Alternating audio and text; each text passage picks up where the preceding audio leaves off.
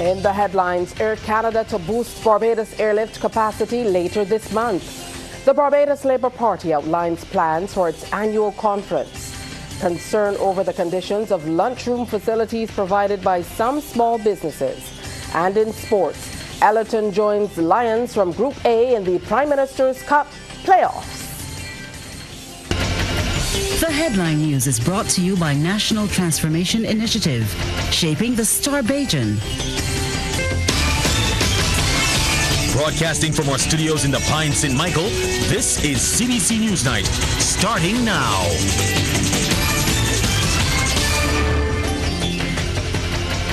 Good evening to you and welcome. Thank you so much for joining us. I'm Tisha Hines with the details to the news. We start this evening on the note that Air Canada is reaffirming its confidence in Barbados, highlighting the destination's substantive year-over-year performance and the robust demand projected for the winter season. From next week, the airline will be boosting its airlift capacity to the island. Minister of Tourism and International Transport, Ian Gooding-Edgell, made the announcement at the destination presentation and marketplace at the Hilton Hotel. The event was attended by Canada's top performers in the travel trade to Barbados. They're here for the Barbados Tourism Marketing Inc.'s Spirit of Barbados Mega Fam event taking place this week. Our Anesta Henry reports. Air Canada is preparing to expand its service to Barbados later this month with the deployment of its 789 Dreamliner on the Barbados route. Minister of Tourism and International Transport, Ian Gooding-Edgell, says this move is being made well ahead of the traditional uptake for the upcoming winter season. The continued deployment of the Dreamliner through April 30th of next year will represent a significant boost in airlift and underscores this deepening strategic engagement between Barbados and Air Canada. In tandem with this development will be Air Canada's commencement of service from Montreal on November 2nd, an astonishing 6 weeks earlier than originally scheduled, along with an expansion of flights from Toronto to 9 weekly, including double frequencies on Fridays and Sundays during the peak travel winter period. The tourism minister says Barbados is pleased with this bold expression of support by Air Canada and the expected 16% increase in seat capacity for the 2025 to 2026 winter season. He says this allows tourism officials to further solidify Barbados' status as the #1 destination with enduring appeal to Canadian travelers. Looking ahead, we have also recognized that there is heightened demand from some of our secondary markets. You can be rest assured that we are dedicated to continuing the groundwork already started, ensuring that we actively pursue the introduction of new gateways in Atlantic Canada and Ontario, as well as the reintroduction of service from Western Canada.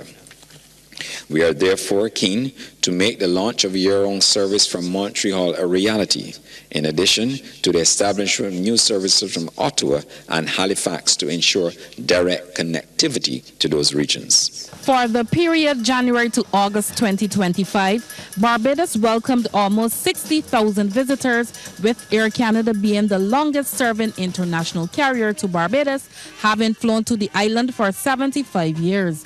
Chief Operations Officer of the Barbados Tourism Marketing Inc., Cheryl Carter, reports that Barbados is seeing an increased length of stay along with an expanding age profile for Canadian visitors. Ranging from the adventurous young travelers to retirees, and most recently, we're seeing many more multi-generational families. Additionally, there's a rising demand from the Canadian market for villa accommodation. As part of the Spirit of Barbados Mega Fam taking place this week, 50 of Canada's top performers of the travel trade to the island are here to learn more about Barbados' tourism product. Anesta Henry, CBC News. The Barbados Labour Party is preparing to host the 86th annual conference later this month at Queen's Park. This year's event promises to blend reflection, fellowship and innovation under the theme, When Labour Leads, We Bajans Succeed. Deanza Roberts has that story. The Barbados Labour Party says its upcoming 86th annual conference will be more than just a gathering of party faithful. it will be a space for national reflection and community engagement. Conference Chair Marsha Caddell says the conference is about hearing from Barbadians, listening to their ideas, and continuing the democratic tradition that defines the BLP. The theme, she says, reflects what they have been able to deliver. It is about acknowledging that when we came to service as a government in 2018, that we had a lot of challenges, that we were able to restore free tertiary education, we were able to increase pensions and welfare, we were able to address some critical infrastructure issues, some critical issues of water and sanitation, and we hold that as some on-the-ground successes that we can't ever lose sight of. I think Barbadians have become used to a standard of care and of living that we want to always make sure that we adhere to. Ms. Caddell says the packed three-day agenda will include critical policy discussions on healthcare, all led by government ministers and guided by youth moderators. I wanted to also say something about the Saturday conversations that ministers will have with the party, to emphasize that this year in particular we will have the Deputy Prime Minister and the Minister of Transport and Works lead a session on the future of transport. The Minister of Education will continue having conversations on education transformation, because he has been having lots of those conversations, picking up from the last Minister of Education, and also a conversation on healthcare. The party's CEO, Senator Patricia Parris, says they will be recognizing outstanding Barbadians through an awards ceremony. We will be recognizing 33 stalwarts comprising of one from the 30 constituencies. We will have the Women's League, an award to the League of Young Socialists and the Toronto branch. We will also be recognizing 10 persons for their outstanding contributions to sports. 2 cultural awards, 2 environmental awards, 1 youth award, and 1 innovation award. The conference returns to the Queen's Park and will run from October 24th through to the 26th. It will feature discussions, entertainment, and the much-anticipated address by Prime Minister Mia Amor-Motley. Deanza Roberts, CBC News. And the Barbados Labour Party has formally introduced its incoming executive leadership. CEO of the party, Senator Patricia Parris, says the team has been drawn from youth and experience. The 2025 executive will be introduced. The new executive of the Barbados Labour Party for 2025 to 2026, political leader, Honorable Mia Amor-Motley. Party Chairman, His Honor, Senator the Most Honorable Reginald Farley. First Vice Chairman, Honorable Kirk Humphrey. Second Vice Chairman, Mr. Kevon Henry. Third Vice Chairman, Mrs. Shanika Roberts-Odo. Our General Secretary, Senator Dr. the Most Honorable Jerome Walcott. The Treasurer, Honorable Ian Goodin-Edgell. Coming up, concerns over lunchroom facilities provided by small and micro enterprises. Some small and micro businesses are being accused of failing to provide pleasant, clean and safe conditions for their employees to sit and enjoy a healthy meal. The charge is coming from Senior Medical Officer of Health, Dr. Kimberly Phillips. She says this is happening particularly at small and micro businesses like tiny shops and with small walkways and only one door. Dr. Phillips was addressing the opening of the National Nutrition Center Food and Nutrition Fair to observe World Food Day 2025, themed Hand in Hand for Better Foods and a Better Future. The shopkeepers that do not provide NIS for their workers, that require young women to run back to work to get $1, but fail to provide a humane space for them to express and store breast milk. for the young infant they left at home. I will suggest to you that employee loyalty is inextricably tied to the interest that businesses show in the safety and comfort of their staff. The willingness of staff to go the extra mile, to show respect and function well in any business, cannot be uncoupled from the way that person is treated and the provision made for the basic needs of hygiene and nutrition. And Dr. Phillips also had some strong words about crop thieves, noting progress as a nation cannot occur if we continue to disrespect the hard work of farmers.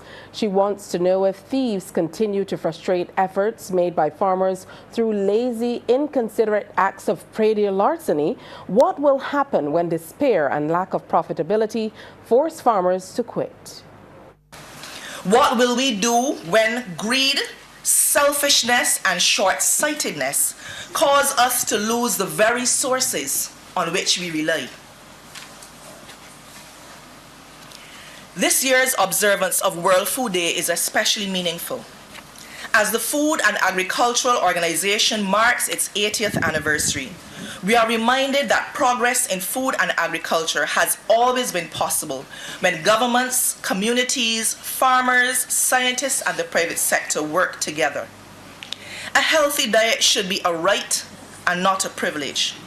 Food affordability, accessibility, appropriate quality, and production sustainability are the themes that must ever drive us forward. The National NCD Commission is encouraging Barbadians to choose whole foods over processed foods. That's one of the takeaways from Chairman Sulman Bubulia during his World Food Day message, as he drew attention to proper diet and good health. He also highlighted economic pressures and the ongoing need to ensure food and nutritional security for citizens as some of the challenges. Mr. Bubulia also acknowledged that the challenges do not exist in isolation and called for the building of resilience and put forward some suggestions on how to get there.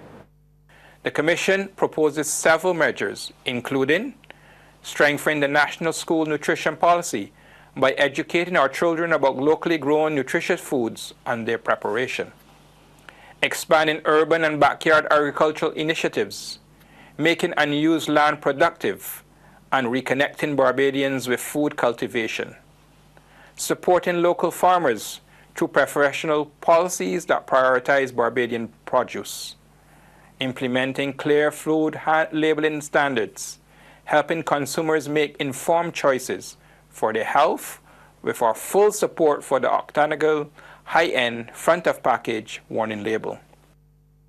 Minister of Labour, Social Security and the Third Sector, Colin Jordan, says addressing the non-communicable disease crisis in Barbados and the wider Caribbean requires honesty, decisive action, and a balance between protecting lives and supporting livelihoods. He was speaking on day 2 of a regional meeting focused on protecting NCD policy making from conflicts of interest and undue influence, being held at the Courtyard by Marriott. Our Deandra Roberts reports. Government, private sector and civil society representatives gathered for the high-level talks on NCD policy making, which began on Monday. Minister Jordan made it clear that tackling the crisis requires more than words. It demands integrity, cooperation, and a people-centered approach. We are talking about the commercial determinants of the NCD crisis. If the crisis is to be effectively addressed, all participants will have to be honest. Will have to be honest. Now, that honesty cannot just be what is printed somewhere. It has to be honesty of intent. It has to be honesty of approach. It has to be honesty recognizing that we're dealing with people. The minister reminded participants that while businesses contribute to employment and economic growth, they must also recognize their role in shaping public health. I am of the view that economic success, economic viability cannot be based on doing wrong. It just can't be.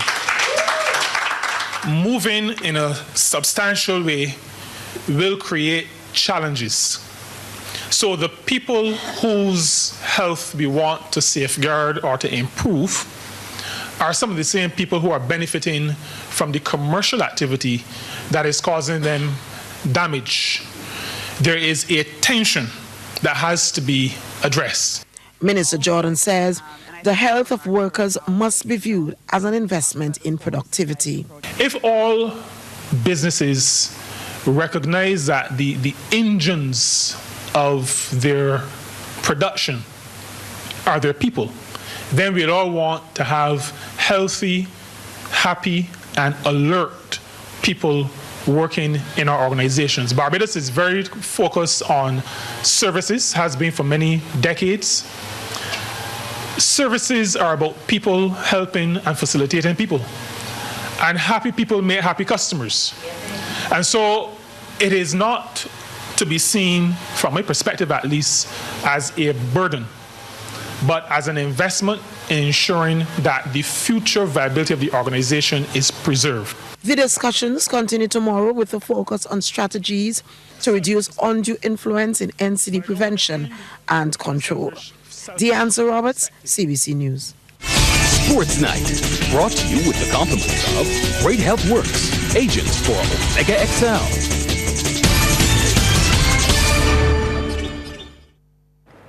Well, it is indeed time for Mark Seal with some news, but sports news. So welcome, Mark. Good night. Thank you. A very special type of news. We're going to start with football. Ellerton are into the round of 16 of the Prime Minister's Cup. Playing last night at Friendship, the St. George-based team thrashed Barbados Soccer Academy 5-0 to secure their spot in the knockout stage. Meanwhile, St. Andrew Lions capped off a brilliant Group A campaign, finishing as winners with a 1-0 victory over Pro Shotters. CBC's Anmar Goodrich-Boyce reports. Tonight's highlights from the Prime Minister's Cup are coming to you with the compliments of Powerade, Pause is Power, and Dasani. Live first, Dasani after. Opening match, a clash between Ellerton and Barbados Soccer Academy. And the boys from St. George were up and running early on, benefiting from the ultimate defensive blunder, own goal to start proceedings. Ellerton 1, BSA 0. A few minutes later, BSA were once again picking the ball out of their own net. Terrell Waldron links up with Zico Edme, who connects the dots with a left-footed effort from close range. That's 2-0. BSA were totally outclassed inside the first 20 minutes. Ellerton coming forward again. A lovely team move is finished off by Edme on the rebound. Ellerton 3, BSA 0. Soccer Academy were begging for the halftime whistle, but Ellerton were relentless. Terrell Waldron puts his name in the scorebook. Clock it on 41 minutes. Ellerton lead 4-0 at the break. BSA did better defensively in the second half, only limiting Ellerton to 1. Shaquille Bell in the dying moments makes it a 5-star performance. Ellerton 5, BSA 0. Second match, St. Andrew Lions versus Pro Shotters. This game was heading for a stalemate up until the 85th minute. The Rico King turned Friendship into his own Lions den, producing the winner. Final score, Lions 1, Pro Shotters 0. And Mark Goodrich-Boyce, CBC Sports. Former world champion Ronald Suki King has lost ground in his attempt to qualify for the World Go As You Please Drafts Championship match against the title holder Matteo Bernini of Italy. Now, in the ongoing qualifier being played in Italy, after being tied for the lead with Alex Moisiev of the United States on 11 points, Suki has fallen 2 points behind the leader, 17-15, after round number 6. Now, also on 15 points with the second place king are Claudio Ciampi of Italy in third and fellow Barbadian Jack Francis in fourth. Meanwhile, top Barbados female drafts player Benelle Neverson has also lost the lead in her world title competition. After 6 rounds of the Women's World Go As You Please title challenge, Neverson has dropped to second place on 16 points, So that's just 1 point behind Anastasia Glusko of the Ukraine. Now, the final 2 rounds for the men and the final round for the women are tomorrow. Switching now to volleyball, where Chargers and Foundation United were in winner's row when the ladies' action took center stage at the Wildy Gym in the Goddard Enterprises Limited knockout competition. CBC's Anne-Marie Burke takes a look at both games. Serving off the action of Chargers back in the screen at Club United, it was ladies' night in this knockout action. Chargers pick up the return and it's time to set it up. And coming in hot from the left is Kezia Harris, down through mid-court, bingo. Chargers started as the more dominant team, and while taking an early lead, some errors lent to United's cause, like this cross-court spike that was hit out of bounds. But when they got it right, best believe the execution was on point. Sierra Rayside at the net for the kill. Rayside now with the serve, United looking to make something of it, but instead right there to deny them was Michaela Beckles. Not to say United were totally outplayed, they had their moments. Leanne Allen would capitalize on the double block being not effective. But sure enough, Chargers would take the early lead all the way. Rayside with the dink gives them first dibs. The first set claimed at 25-17. On the back foot, United looked a more competitive team in the second and were fighting to keep the plays going. A good save to give Chargers a free ball. And just when Chargers thought this point was theirs to claim, Aline teamed up with Ariane Blaze for the double block.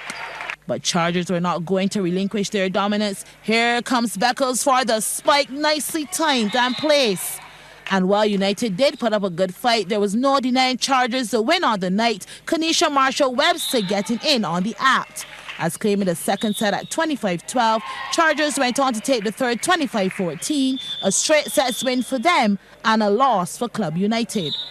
The night's other game featured Foundation United here with the serve and Deacons, and the girls from Churchill did not come out to play, as having already taken the first set at 25-16. In this, the second, they were standing on business. Ukela Dalloway's spike was too hot to handle. A nice floating serve, and libero Gianna Leacock does good to pick it up. Deacons not fully capitalizing, and so Foundation has a chance, and Tiffany Webster sets up Tiara Johnson, and it's a done deal. Talia Sandyford then backed it up with a powerful ace. Deacons left bewildered. Deacons had some shining moments of their own, albeit in playing catch-up. This free ball will be put to good use. Mona Crawford with the dink. But by the same scoreline as the first, Foundation also claimed the second and the third. Again, Johnson comes through with the firepower. Here is where it was signed and sealed. Who best to do it than Johnson? Foundation in straight sets over Deacons at 25-16. Anne-Marie Burke, CBC Sports. The Business Report, brought to you with the compliments of Republic Bank. We're the one for you. When the Barbados Labour Party opens its 86th annual conference later this month, small business owners will also take center stage, thanks to support from the Barbados Trust Fund Limited. CEO Senator Patricia Parris announced that dozens of entrepreneurs who receive training through the Trust Fund will be setting up shop at Queen's Park on October 25th and 26th. Go back to the Saturday and the Sunday. We will be having